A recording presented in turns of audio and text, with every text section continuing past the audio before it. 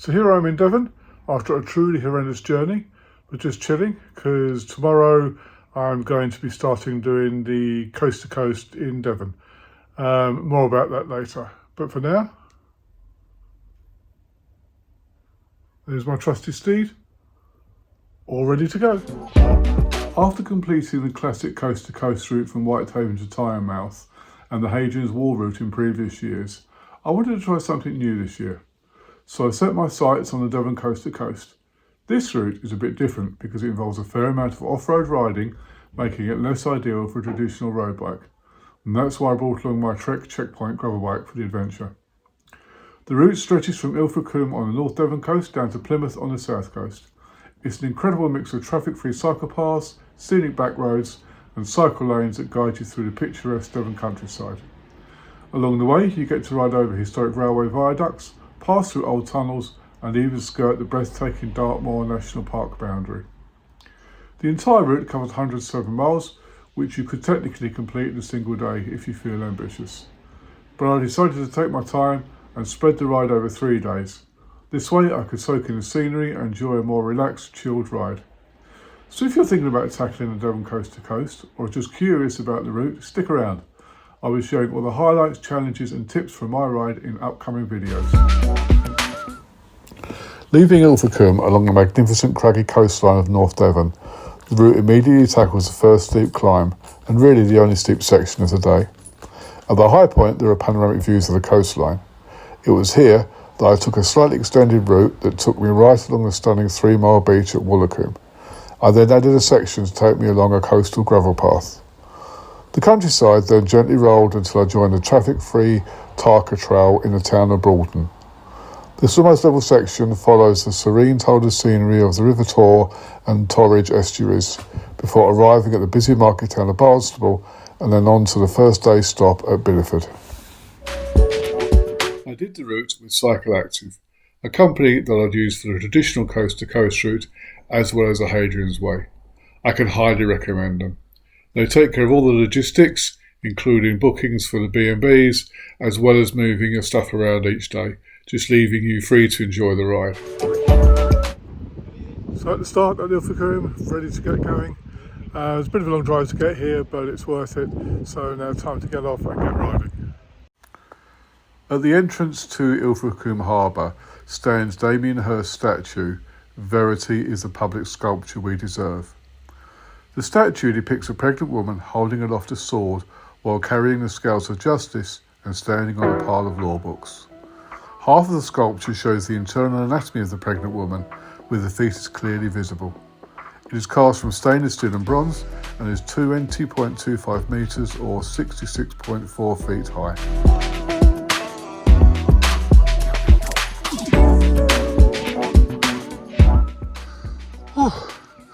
So, started off with a 10% climb straight away. Is that fair, I ask?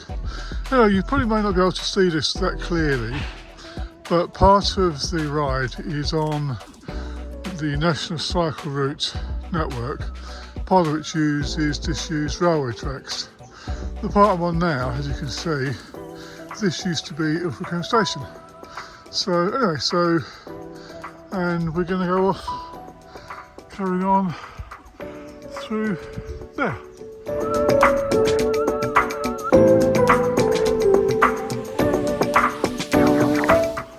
Well, it's a really great start.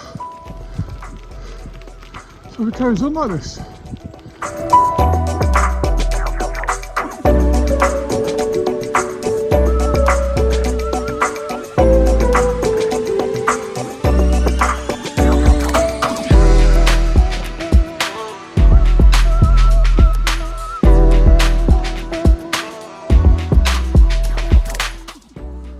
So this is where I diverted off the official coast-to-coast route and went up a gravel track that then led me across the cliff tops. I think you'd agree I was rewarded with the most stunning views. And of course, what ride wouldn't be complete without spotting a few cows, or in this case, calves. It's time for a quick pit stop for lunch.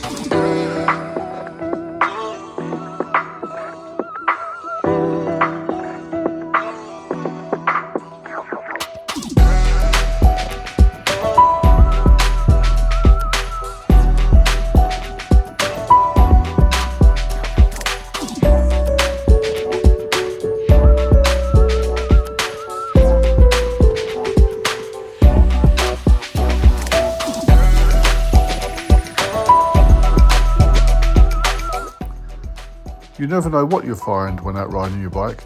This was into the entrance to a farm and appears to be a Hawker Hunter, a British jet-powered fighter aircraft that was widely used in the 1950s and 1960s.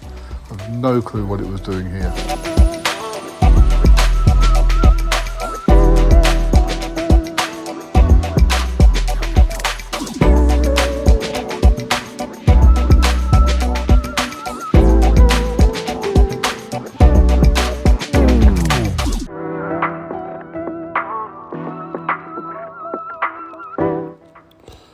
This was actually quite surreal and reminded me of one of those dystopian future or sci-fi films where the oceans have dried up, just leaving the seabed and boats stranded on there.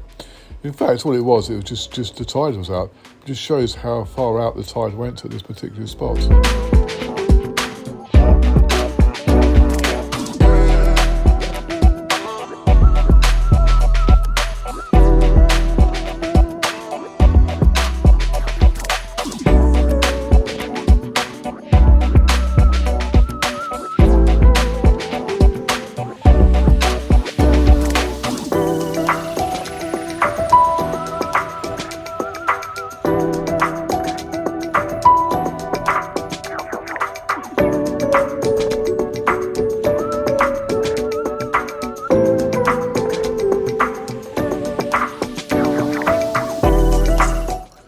This is Barnstable Long Bridge, a medieval bridge linking Tavistock with Barnstable and spanning the River Taw.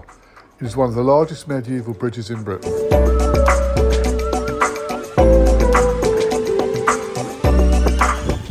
So this is the start of what's known now as the Tarka Trail, as you can hear me over the wind. So a minute ago I was over on the other side, across the river, coming down here. This goes on now all the way to my hotel for the night, which is 8 miles away. So we've got at least 8 miles, and then we're going to pick this up again tomorrow. So hopefully it's going to be like this for quite some time. Wow, what a joy. The Tarka Trail is a 180-mile figure-8 loop exploring all of the diversity and beauty that North Devon has to offer.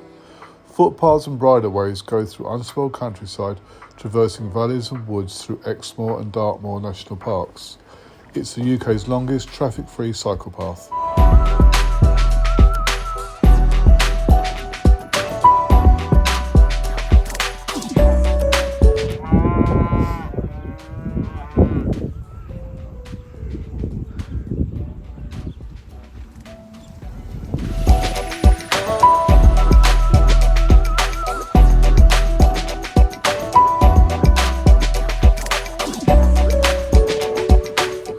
This is the site of the Yelland Stone Rose, which is a prehistoric monument of 2 parallel rows of small standing stones located on tidal mudflats of the River Taw estuary.